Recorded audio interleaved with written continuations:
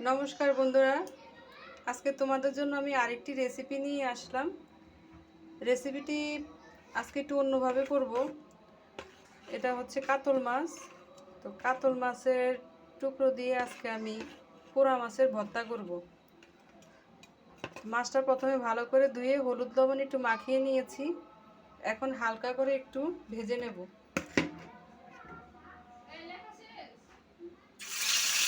হালকা করে ভেজে নিচ্ছি।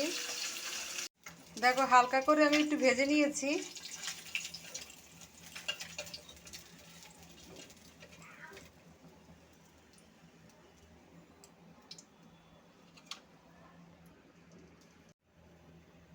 এখন একটু পুড়িয়ে নেব মাছটা।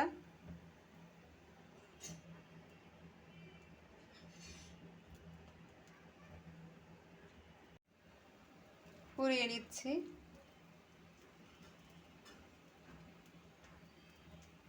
এই পিঠটা পুরানো হয়ে গেছে, এখন ও পিঠ পুরাবো।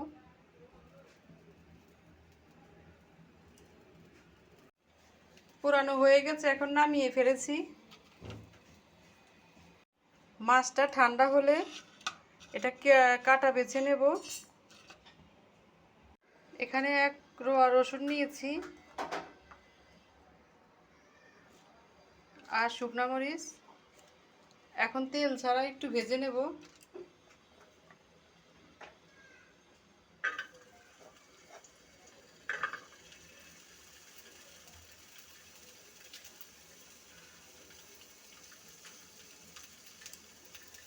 একটু ভেজে নেব। হয়ে গেছে, এখন নামিয়ে ফেলবো। দেখো, মাছটার কাটা বেছে নিয়েছি। এখন দেব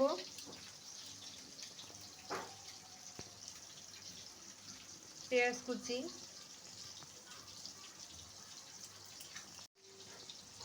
দিয়ে দিচ্ছি রসুন, শুকনো মরিচ, কাঁচামরিচ, ধনেপাতা, পরিমাণ মতো লবণ, আর দেব সরিষার তেল।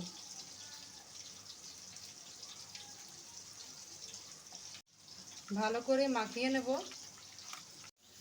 হয়ে গেছে। আমার এই রেসিপিটা তোমাদের যদি দেখে ভালো লাগে তাহলে লাইক, কমেন্ট, সাবস্ক্রাইব করো। আর যারা ফেসবুক থেকে দেখবে তারা লাইক, কমেন্ট আর ফলো করে দিও। সবাই আমার পাশে থেকো। সবাই ভালো থাকো, সুস্থ থাকো। সামনে আরেকটি রেসিপি নিয়ে আসবো।